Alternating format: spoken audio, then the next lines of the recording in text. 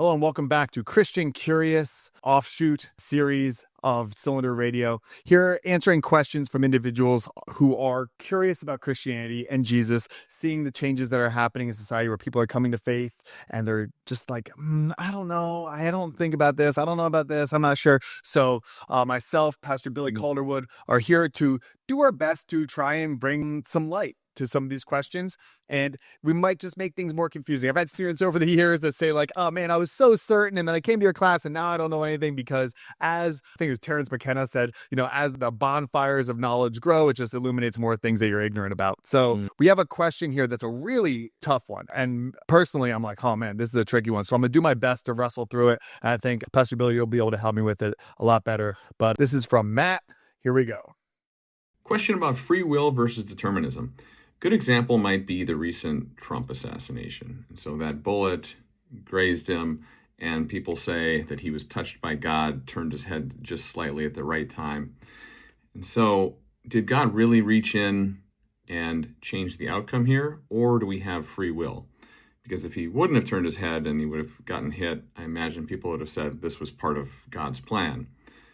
So I'm just trying to make sense of this, or is it just people trying to make the best out of situations and using God's word to do that?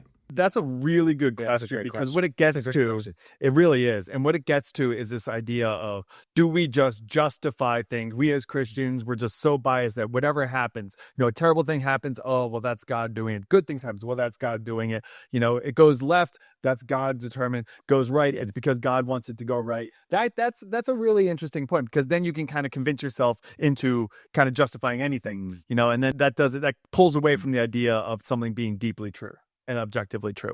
So I would start with this, and I think I'm going to have to defer to you on this one quite a bit, because I'm wrestling with this one myself, because I know that I have my own biases, and as a critical thinking person, I'm always trying to challenge those. So I know that I could just justify anything now that I'm a follower. So I would first say that like different sects of Christianity have different levels of how much free will there is versus determinism, versus how much is determined. So like Calvinists, for example, are much more on the side predestined ideas compared to Arminianism, which is more on the free will side. So, and then there's different areas of different things. So you could be a Christian and still disagree on this. Like Christians are going to disagree on to what degree, but the idea that God does, and this is biblical, God does insert himself into different things, and it can be big things or it can be very small things. It could just be something very small where you go, man, this God really came in to give me that parking spot or something like that. Like we have had those experiences. Like that's so crazy that we met this person in this situation. Like what are the odds? 1 in a billion. It must be God.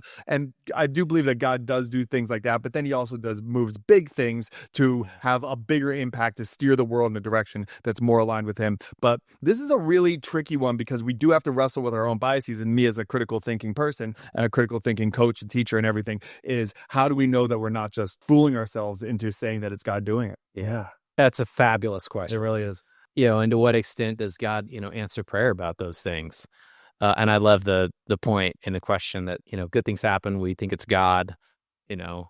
God hates the Chicago Bears, apparently, because I pray a lot of football prayer, and ain't nothing happened since '85, but that's beside the point. I love what you said, and I think this is a helpful point for a lot of the questions that we're going to end up answering over the course of however long this podcast runs.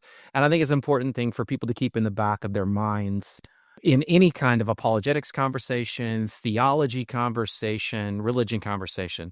There are so many branches and sets of the Christian faith. For example, there's multiple branches of all kinds of faith traditions, but we're looking at, 2.2, 2.3 billion people. 1.5 of those are Catholic. 800,000 are parts of the churches of the Eastern Orthodox, Assyrian Orthodox, Greek Orthodox, Armenian Orthodox. And then there's countless varieties of Protestants and evangelicals and charismatic. Having taken a deep dive in the academic world into both other religions and the variance between them, and the history of Christianity and the state of Christianity globally today, I would just throw an exclamation point on everything you said. Yeah.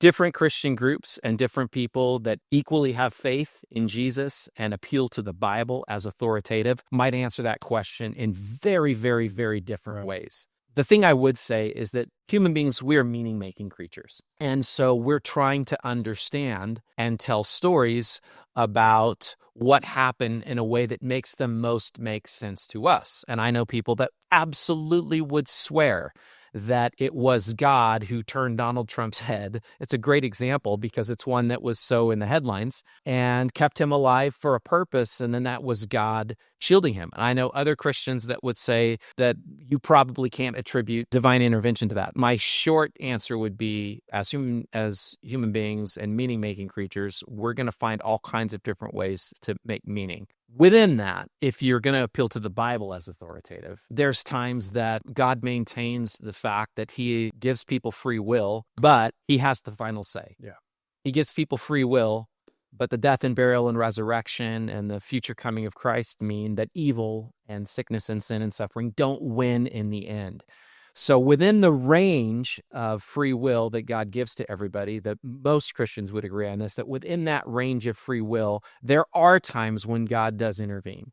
And there are times when God shields a person or saves a person. The Bible's full of stories like that. There are times when God brings the reign of an evildoer to an end, like God intervening to rescue the children of Israel from slavery in Egypt and plagues for Pharaoh. God, in the book of Acts, determining that the reign of a particular one of the Herods is going to come to an end, and he dies. And so we see that from a biblical perspective, Christian theology, God is ultimately sovereign over human events, but it gets a little fuzzier and a little dicier when we try to attribute, was that free will or was that God intervening in a situation? In specific situations. In specific situations. It's difficult. As meaning-making creatures, we may, And why can't I ever find a bargain price? You know what I mean? Like, these are the things that we don't necessarily have. So I think people of goodwill are going to disagree over that. The thing that I think the Christian faith, all Christians would agree on, and the Bible bears out, is God does intervene at times for his own purposes. People do have free will, but in the end, even given all of the choices that people make, God's ultimate purpose will prevail. A great example, and you and I did this, we did a Bible study together on the life of Joseph. Yep. Joseph's brothers are jealous of him, beat him up. They're about to kill him, but instead they sell him as a slave. But God doesn't let all of his brothers' animosity be determinative of Joseph's life. He doesn't override the brothers' free will. They still treat him horribly, but God elevates Joseph and accomplishes the salvation of many people, including Joseph's very own brothers at the end. And Joseph says something that's become very important for Christian theology. He says, "You intended evil for me, but God used it for good." So somehow in the fuzziness of free will and determinism, there is a sense that most Christians have a faith that, yes, free will exists. Yes, horrible things happen. People are bad actors often.